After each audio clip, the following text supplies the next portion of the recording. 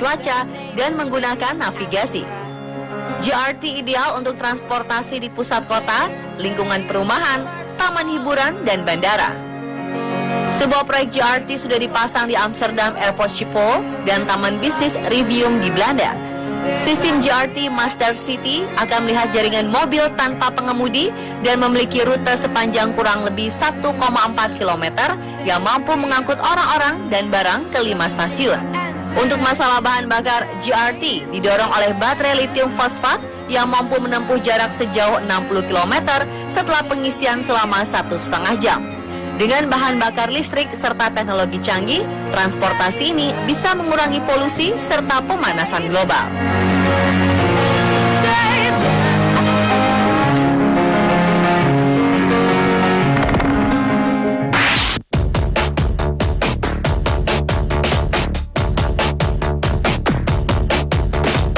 Israel terkenal sebagai produsen senjata canggih. Tapi bukan sekedar senjata, Israel berencana membuat sebuah transportasi canggih masa depan. Skytrain merupakan sistem angkutan massal udara dalam bentuk sebuah mobil yang secara magnetis meluncur di atas tanah di sepanjang trek yang ditinggikan.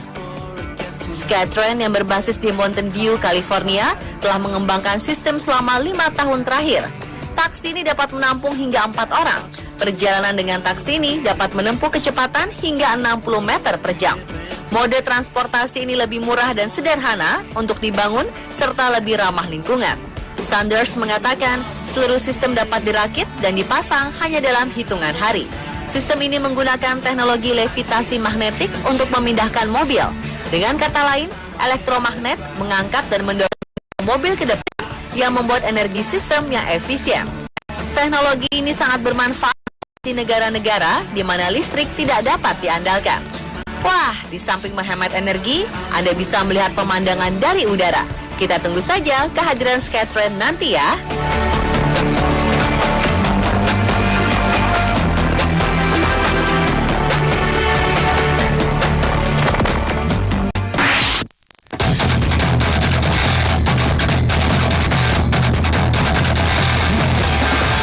Anda pasti heran, bagaimana kereta dibuat tak terlihat?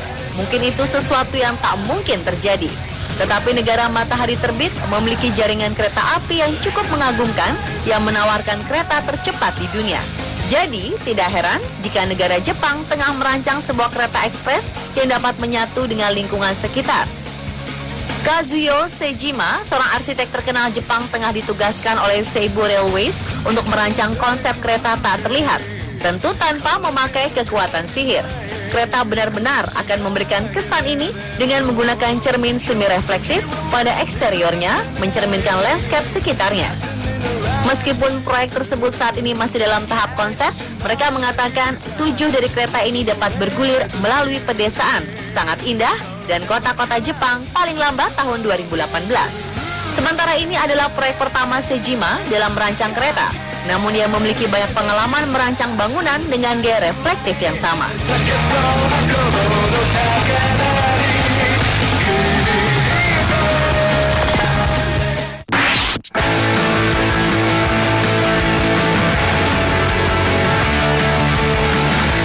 Sebuah pesawat pribadi berbahan bakar listrik telah berhasil dikembangkan oleh European Space Agency atau ESA baru-baru ini. Pesawat berbentuk telur yang disebut dengan Lilium yang dirancang oleh 4 orang insinyur Jerman lulusan Munich University telah berhasil lepas landas dan mendarat secara vertikal seperti landasan helikopter. Keempat insinyur tersebut adalah Daniel Wiegand, Patrick Nathan, Sebastian Born, dan Matthias Meiner. Pesawat ini memiliki kecepatan maksimal hingga 250 meter per jam dengan jarak terbang hingga 300 mil. Jet pribadi ini merupakan yang pertama di dunia dan dapat terbang secara vertikal dengan menggunakan listrik sehingga pesawat ini sangat ramah lingkungan dan dapat terbang dari mana saja. Pesawat jet listrik ini akan mulai dipasarkan secara massal pada tahun 2018. Hingga saat ini belum diketahui berapa kisaran harga untuk pesawat jet pribadi Lilium ini. Pesawat ini dirancang sebagai pesawat ramah lingkungan dan pesawat ini jauh lebih tenang dibandingkan dengan jet pribadi yang ada sekarang ini. Meskipun pengetesan perdana jet pribadi Lilium menggunakan landasan pesawat terbang, Tetapi pesawat yang dapat lepas landas dan mendarat secara vertikal ini bisa dilakukan dari mana saja, termasuk dari kebun belakang rumah Anda. Karena bentuknya yang kecil, pesawat ini tidak perlu masuk pada jadwal di bandara untuk lepas landas atau pendaratan.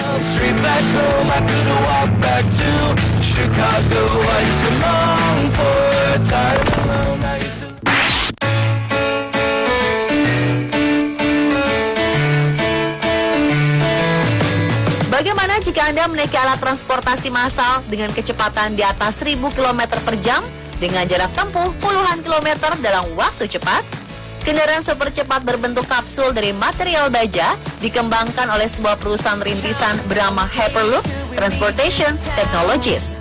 Kendaraan ini meluncur dalam trek yang dibangun di atas tiang-tiang dari suatu tempat ke tempat lain dengan kecepatan tinggi untuk menjangkau jarak yang jauh. Kecepatan kendaraan Hyperloop dapat mencapai 1287 km per jam, bebas dari kecelakaan dan ramah lingkungan.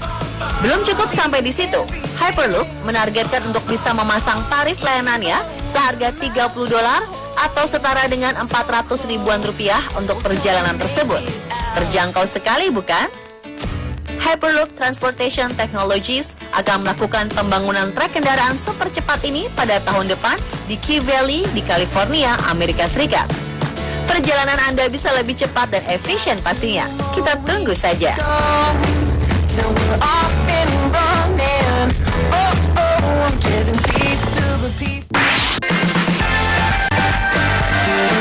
Kereta di rel atau bawah tanah sudah biasa. Bagaimana dengan kereta di air? Kereta buatan India ini akan menjadi kereta bawah laut pertama di dunia. Kereta cepat di Jepang sudah menjadi penemuan yang sangat sukses sejak diperkenalkan pertama kali tahun 1964. Orang-orang di Jepang menggunakan kereta cepat untuk bekerja, pergi menjelajahi wilayah Jepang, liburan, dan sebagainya. Tak mau kalah dari Jepang, baru-baru ini India membuat sebuah proyek yang lebih menakjubkan. Mereka tidak membuat kereta bawah tanah, namun membuat saluran kereta bawah laut. Jalur kereta ini sebagian ada di bawah laut atau tepatnya sepanjang 21 km. Total seluruh saluran kereta ini sendiri adalah 508 km. Jadi tidak seluruh perjalanan kita akan berada di bawah air. Proyek ini tentunya membutuhkan uang yang tidak sedikit. Bila sesuai dengan jadwal, jalur kereta ini akan mulai dibangun pada tahun 2018 mendatang. Jalur kereta bawah laut ini akan menghubungkan Mumbai dan Ahmedabad dengan kecepatan kereta 350 km per jam. Dengan kata lain, jarak yang biasa ditempuh 7 jam dengan kereta biasa, sekarang bisa disingkat menjadi 2 jam saja. Bila Anda ingin menggunakan jasa kereta ini, Anda harus merogoh kantong cukup dalam. Menurut perkiraan, harga tiket kereta ini akan cukup mahal. Namun mengingat pengalaman bisa melihat pemandangan bawah laut yang ditawarkan, siapa yang tidak mau ya?